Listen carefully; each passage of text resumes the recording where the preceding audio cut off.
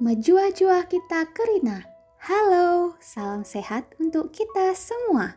Kembali lagi bersama saya si Bru Karo, Erina Agnes Atalia Brusino Haji AMDFAR, peserta Latsar CPNS Angkatan 16 dari kelompok 3 tahun 2022 dengan pengampu materi Bapak Dr. Randus Jumsadi Damanik SHM Hum dengan penyelenggara BPSDM Provinsi Sumatera Utara. Oke, dalam podcast Core Value Aparatur Sipil Negara kali ini, saya akan membawakan materi tentang kolaboratif. Terdengar tidak asing ya kata kolaboratif di dalam kehidupan sehari-hari kita? Apa sih kolaboratif? Baiklah, kolaboratif adalah tindakan individu ataupun kelompok yang bekerja sama untuk membuat sebuah keputusan secara bersama-sama untuk mencapai tujuan yang sama.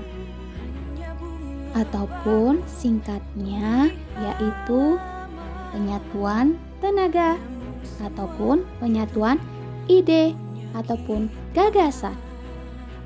Spesifiknya, kolaborasi adalah kerjasama yang intensif untuk mengatasi permasalahan kedua belah pihak secara bersamaan.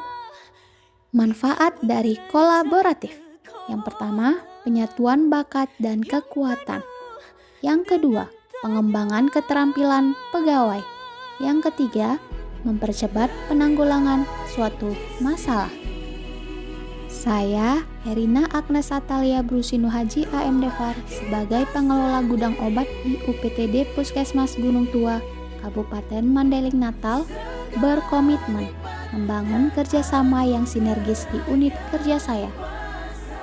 Adapun implementasi daripada nilai berakhlak kali ini, yaitu kolaboratif, adalah yang pertama, memberi kesempatan kepada berbagai pihak untuk berkontribusi. Yang kedua, terbuka dalam bekerja sama untuk menghasilkan nilai tambah. Yang ketiga, menggerakkan pemanfaatan berbagai sumber daya untuk tujuan bersama. Ada beberapa aksi dan implementasi dari nilai berakhlak kolaboratif yang dapat saya lakukan di unit kerja saya di UPTD Puskesmas Gunung Tua, Kabupaten Mandailing Natal.